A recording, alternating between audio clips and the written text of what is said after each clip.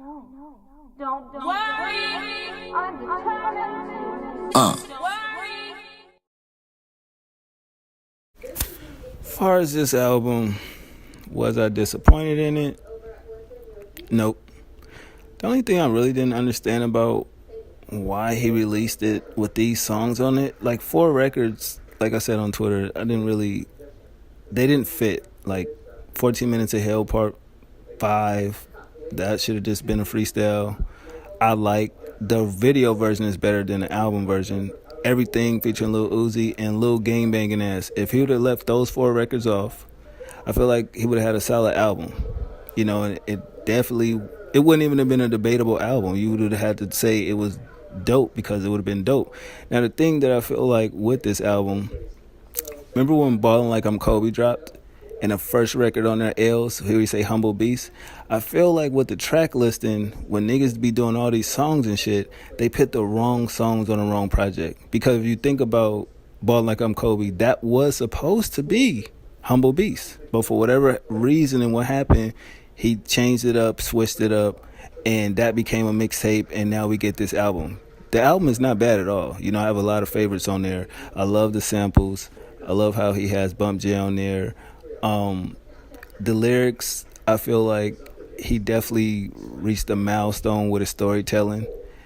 But not to compare this to Ball Like I'm Kobe, but you just have an outstanding way of listening to the project and really understanding it for what it was worth. Because that's, to me, one of his best projects. If you look at records like 100 Days, 100 Nights, L's, Peace of Mind, Don't Worry, Pain. Records like that, I feel like would have made the point of Humble Beast for what he tried to convey across with the music fit a little more. Because me being me, I have to be honest and be real.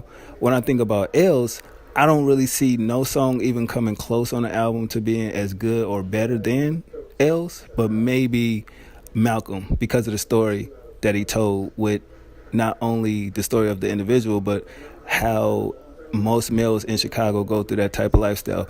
The same thing when you listen to L's, you definitely feel like that's the day in the life of, anybody that's in the streets in Chicago.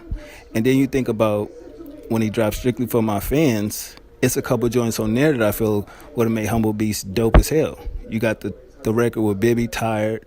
You got Crazy, of course, that was dope.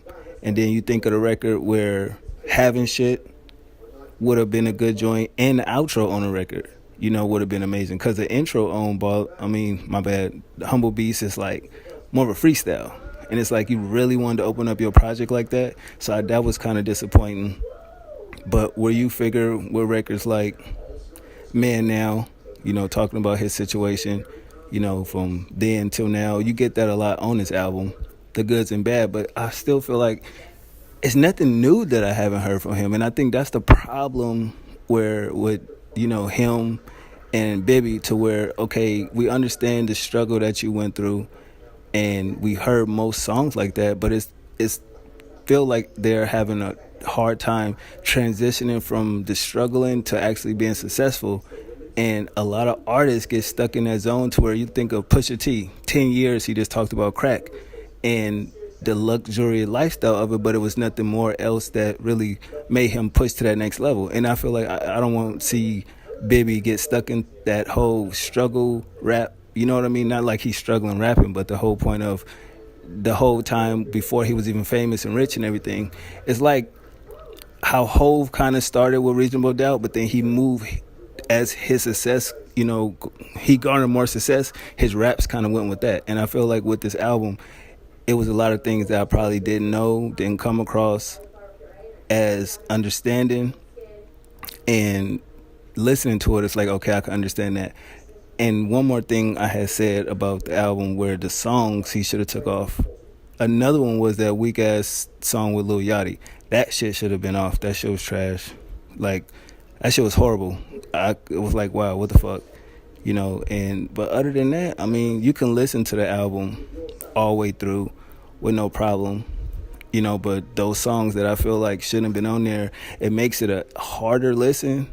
But if you just let it play and run through and you're doing some shit, driving or whatever, chilling, I think it'll make for an easier experience listening. But other than that, he didn't disappoint me as far as the album, but it definitely wasn't what I thought it would be. And some of the stuff was what I thought it would be. But overall, I give it an 8 out of 10. You know what I mean? Because it wasn't no shit like how with the first single, I Like.